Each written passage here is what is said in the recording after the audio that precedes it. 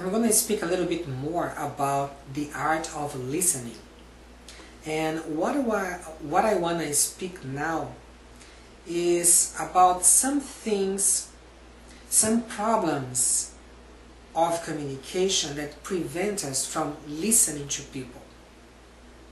And the first one that I want to speak about is judging. So when someone tells us something and we judge that person, and so that person doesn't want to open or talk to us anymore about his or her problems. And I'm going to give an example. A son tells his father, "I don't like mathematics." And then the father says, "The problem is that you don't like studying." So you see that the father was judgmental. He said the problem is, it's not that you don't like mathematics. What you don't like is that you don't like studying. So that was an attack. It was a judgment. The son now is going to be interested about defending himself. He will feel like the father doesn't understand him. And he might not open to his father anymore. He might not speak about his feelings, about what he thinks, because he thinks that the father is going to blame him, is going to criticize him. So it's very important that we use, as I said before, that we use thought empathy. That we say back, for example, so you think that mathematics is too hard, or you prefer other subjects than mathematics. So you are using thought empathy. You are saying what the son said with other words. You are not placing a judgment in your answer, which will hurt your child's feelings and will cause him to defend and to be resistant. Another problem is evaluating or analyzing. And let's say that in the same situation that the son says, "I don't like mathematics," and you say, "You have inferiority complex." So that is an analysis. You are acting like a psychologist. And no one likes that. Because you place yourself in a superior position. Like, I understand what's happening to you. I can see how you feel. I can help you, but it's not in a positive way, because the thing is that sometimes we don't trust our children or people in general to find a solution to their problems. When we use thought empathy, that is repeating what the other person said with other words, such as, "I can see that you don't like mathematics." So what happens is that we don't give the other person the opportunity to find his own answers, because people find their answers through communication.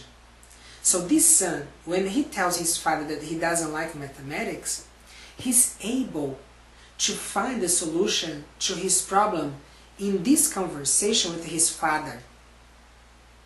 So when the father uses thought empathy, the son will open himself. He's going to talk about his feelings, and he's going to find his own solutions. But sometimes we parents don't trust our kids. We think we need to rescue them, to find a solution to them, protect them, be their savior. And they feel humiliated, they feel disrespected because they realize that we don't trust in them. And it makes them not trust in themselves either. And another thing is giving advice. For example, if you study more, you like mathematics. So that's an advice. If you study more, you like mathematics. But it's interesting that this advice is common sense. Every kid knows that they need to study more. So it looks like, to them, it looks like we don't see that they have a brain, that they know what is right from wrong. So they feel disrespected, and they tend to retaliate, to be defensive. And it might happen that they won't study mathematics just as a retaliation, because now they try to compete with us. And other thing is giving the solution. If you pay attention during class and you go to the tutorial center every day, you get good grades. So we are giving them the solution, but the problem is that we are not allowing them to find their own solution. Every time we give the solution to someone, even to a child, he is not going to value that solution because the solution didn't come from him. And this is why it's very important that when we talk to our kids, we let them find a solution to their problems, because when they find a solution, they are invested. It came from them and not from us. And later on, I'm going to record another theme, that is how to get to an agreement. And in this talking, I'm going to explain how we can help people to get to their own solutions, to find or to make a decision about what is good for them, and how they are invested when it comes from them and not from us.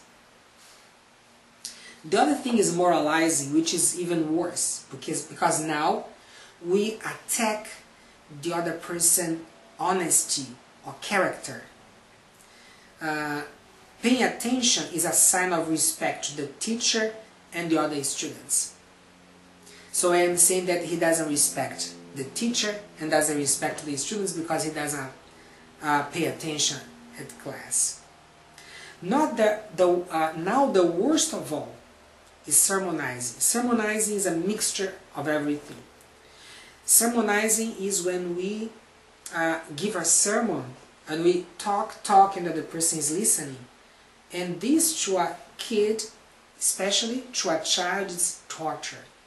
Because communication with kids needs to be giving and receiving. Giving and receiving, like a ping pong.